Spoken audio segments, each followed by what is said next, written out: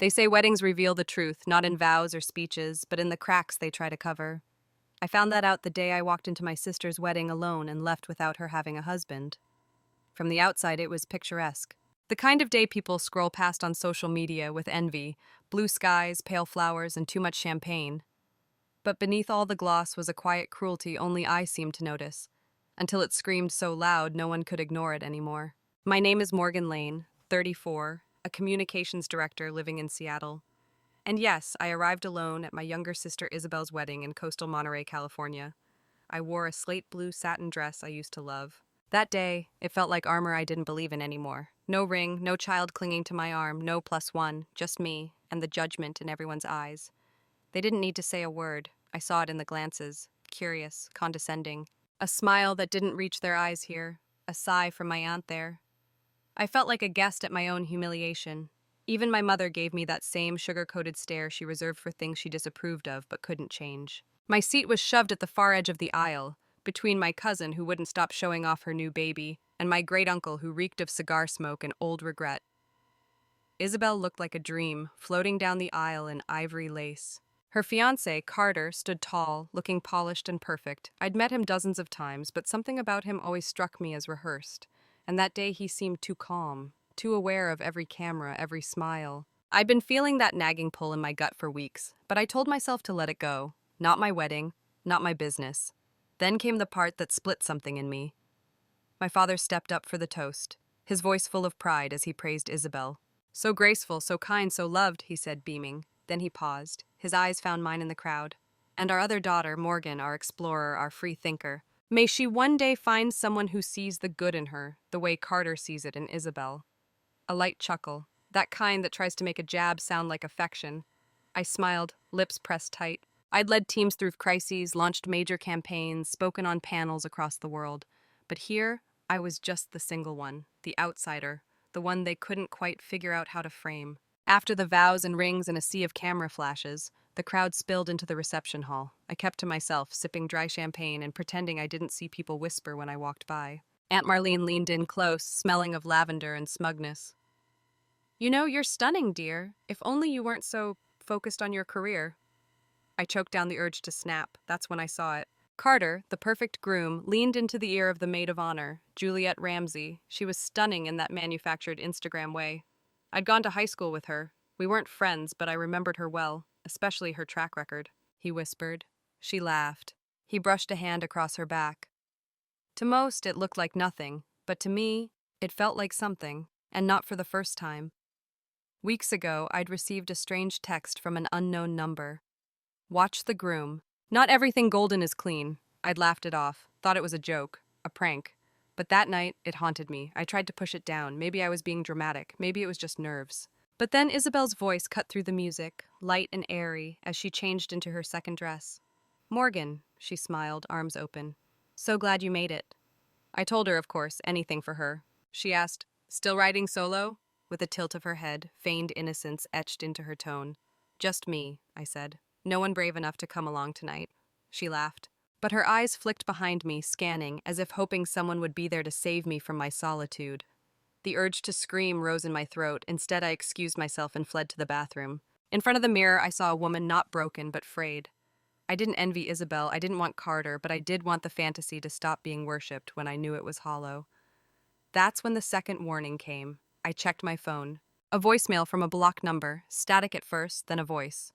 "Room 318, Juliet, half an hour." My breath caught. I had two choices, ignore it or find out for myself.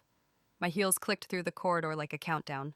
I took the back stairs. The hallway was quiet, only muffled voices behind closed doors. I stopped at room 318. Laughter spilled from inside, low, intimate, unmistakable. I knocked once. No answer. Again, louder. Then Juliet opened the door. Her cheeks were flushed, hair tousled, her dress half-zipped. "Morgan?" she gasped.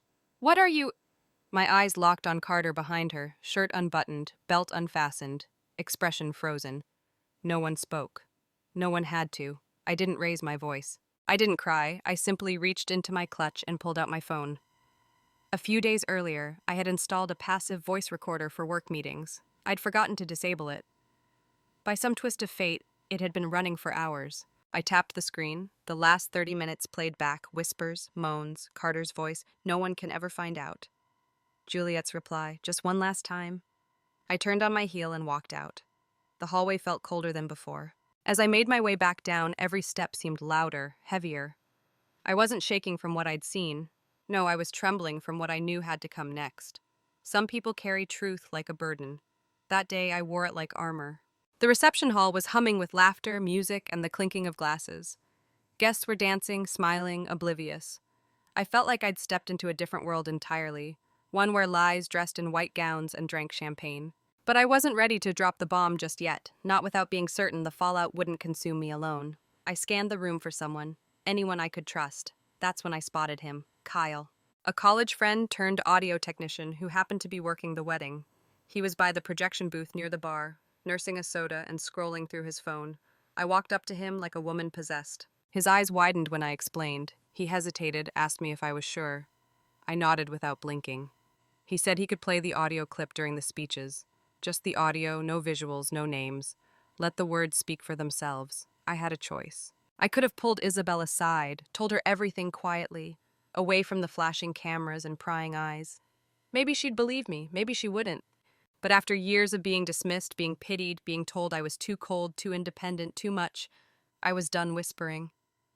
I walked to the back of the hall where my grandmother sat watching the dance floor with a kind of distant melancholy. She was never one for crowds, but she always knew how to read a room. When she looked up at me, her eyes softened. She didn't ask questions. She didn't need to. Somehow, I think she knew. We held hands for a moment in the quiet. It grounded me. Reminded me who I was doing this for. Not just for Isabel, but for myself. For the girl who spent too many years making herself small to make others comfortable. Then came the moment. The DJ cut the music. It was time for toasts. My father, of course, stepped up first. He raised his glass and began painting Isabel as the embodiment of everything pure and radiant. The daughter any man would be proud to walk down the aisle. More applause. More perfect illusions. Then, the pause. That familiar moment of transition. And I stepped forward. The mic felt heavier than I expected. The air buzzed with tension as eyes turned toward me. Isabel smiled, still glowing, completely unaware. I took a breath and looked at Kyle. He was ready. I said I wouldn't speak long. I just wanted to share something I'd heard earlier that day. My voice didn't shake. My hands didn't tremble. I had never felt so steady. The music stopped. The lights dimmed. Then, the voices began. It started with laughter, soft, intimate. Then Carter's voice, unmistakable. No one can ever find out. Followed by Juliet's, just one last time. A collective gasp swept through the crowd. The room seemed to freeze in place. Isabel stared at me, confused. My mother's wineglass trembled in her grip. My father's smile dropped like a stone.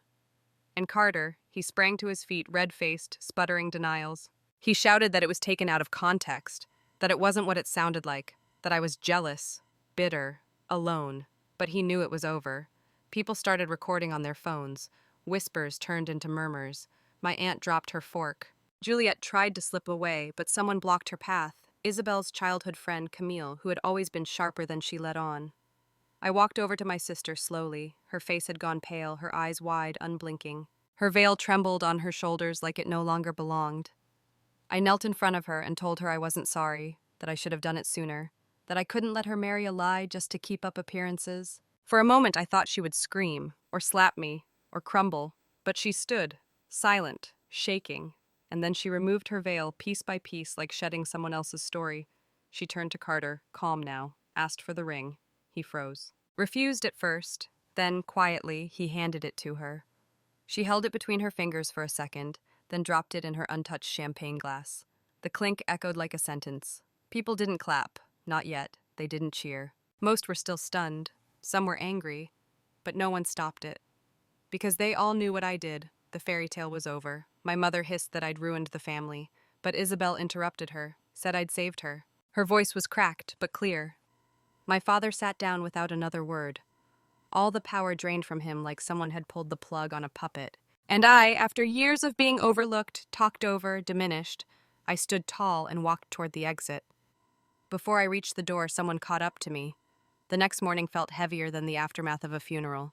My phone buzzed constantly, calls, texts, notifications piling up like debris after a storm, but I didn't answer a single one. I sat on my couch in my Seattle apartment, the curtains drawn, cold coffee forgotten on the table beside me, surrounded not by regret, but by exhaustion and something even rarer, clarity. I didn't feel victorious. I didn't feel like a hero. I felt cracked open, raw, free. The internet had already taken hold. Someone had posted a recording of the audio. Someone else uploaded footage of Isabel dropping her wedding ring in a glass of champagne. By mid-morning, hashtags like #wedding that ended and #truth in Tool were trending. Some people praised me, some tore me apart. Most didn't know anything beyond the sound bites. But I didn't care. For once, I didn't care. Around 11 a.m., my doorbell rang. I nearly ignored it, convinced it was another nosy neighbor or a media hound. But then I heard the voice on the other side. Quiet, familiar, hoarse. It was Isabel. She stood there in oversized sweats and no makeup, her eyes swollen but focused. She didn't look broken. She looked real. Finally, I let her in. We sat on opposite ends of the couch like people who once knew each other well and forgot how. The silence stretched long and awkward until she finally spoke. She said thank you, not in a throwaway polite way, not because she was supposed to, but because she meant it. She admitted she'd had doubts for weeks, little moments that didn't feel right, things Carter said that didn't quite add up, but she'd ignored it, ignored her gut. Because it was easier to believe the dream, and I understood that. I really did. She confessed that her whole life had been shaped around being chosen. Being the good daughter, the pretty one, the bride. That somewhere along the way she stopped asking what she actually wanted and focused on what made her loved. That's when I realized, maybe we were more alike than I thought. We'd both played roles, just different ones. She, the adored one, trying to live up to a fantasy. Me, the rebel trying not to get swallowed by it. She laughed through tears when she told me Mom had called Grandma after the reception and said I had destroyed the family, but Grandma had simply replied, no, the family destroyed itself. Morgan just turned on the light. We clinked our cold mugs like warriors after a battle. She left before noon, but not before placing a sealed envelope in my hand and telling me to open it later that night. I waited, as she asked. Inside, there was a photo of us as children, dressed as superheroes for Halloween. On the back, she had written, "Thank you for saving me. Just like always, I finally remembered who I am." I didn't cry because I was sad. I cried because I remembered too. All the years we spent pretending, hiding, holding ourselves up against mirrors that didn't reflect us at all. And now, finally, the pieces were beginning to make sense. 2 days later, the knock at the door came again. This time, it was our mother. The last time I saw her, her fury had cracked like ice in the room. Now she just looked tired. Not defeated, just older. She stepped inside and looked around, scanning my space like she was seeing it for the first time. She said she didn't agree with what I did, but she didn't agree with what happened either. She told me it wasn't easy for her to accept that I'd always been different, that I wasn't Isabel, that I never would be, but that didn't make me less. Then she said something I'd waited my entire life to hear. What you did was braver than any wedding. Her words didn't fix everything, but they cracked a door open. Later that same week, I received a text message from someone I hadn't expected, Kyle, the quiet groomsman, the one who had helped me, stood silent through it all, and offered me nothing but calm when everything else collapsed. He asked if I wanted to grab coffee. I said yes. We met on a rooftop cafe downtown. Nothing fancy, no performance, just two people breathing freely. He smiled gently and told me that my story could inspire more people than I knew. I joked that I wasn't looking to inspire anyone, but he shook his head. He said it wasn't about being inspiring, it was about being honest, and that honesty, it was the most powerful thing I had. We sat there for hours, no masks, no walls, no pretending. He didn't try to fix me, I didn't try to impress him, there was no need.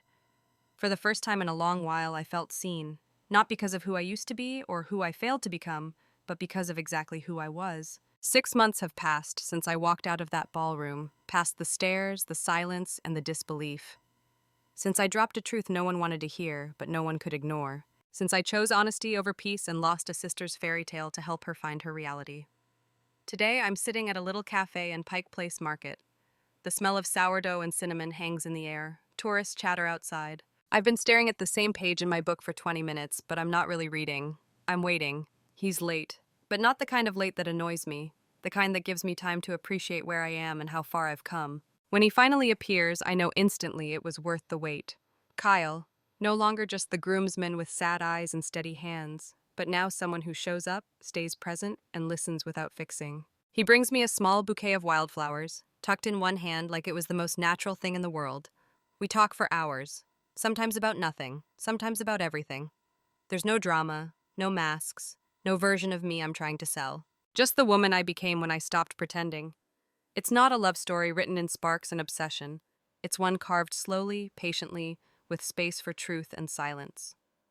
That same week, I visit my parents for the first time since the wedding. The air is fragile when I walk through the door, but my mother greets me with something close to warmth, a brief hug that lingers just long enough. My father offers me coffee, not advice. He looks older, softer, more like a man coming to terms with the fact that his daughters are not dolls on a shelf, but women with agency. Isabel is there too, her hair tied in a loose bun, dark circles under her eyes, but her smile is real. She's taking classes in interior design now, says she finally feels like she's building something of her own, not just posing in something borrowed. During lunch, my dad clears his throat and says, "I saw your campaign for the Women's Equity Foundation. It was powerful." I almost choke on my soup. He'd never even liked that I worked in marketing. "You watched it?" I ask, almost laughing. He nods. "It was smart. You're very good at what you do." I don't need his praise, but hearing it, unsolicited, unfiltered, it lands deeper than I expected. Not because I needed validation, but because for once I wasn't asking for it. And still, it came. One evening, while sipping wine on my apartment balcony, I get a text from Kyle. "Would you come to a wedding with me?" I laugh out loud. There's something poetic about being invited to a wedding after everything. Then the follow-up. "Don't worry, I ran background checks on the groom." I say yes. A few weeks later, I walk into another ceremony, this time not as a scandal or an outsider, but simply as myself. No one asks why I'm alone, because I'm not. Not because someone fills the space beside me, but because I've stopped leaving myself empty. Isabel sits next to me, nudging me gently during the vows. She whispers, "Sometimes I think everything had to fall apart so we could find our way back." And I believe her, because she was right. We were never really enemies, just women trying to fit into boxes that were too small, stories that weren't ours. Now, we're rewriting them, together. As the bride and groom share their first dance, Kyle reaches for my hand and holds it like a question and an answer all at once. He tells me that the bravest thing I ever did wasn't exposing a lie. It was telling myself the truth, even when it hurt, even when it meant standing alone. I smile, not because the past has healed, but because I've stopped bleeding from it. I used to be the scandal, the bitter one, the failure to launch. Now, I'm just a woman who chose to live honestly. And that, I've learned, is the quietest kind of power. Because the best revenge isn't chaos, it's blooming in the place they buried you.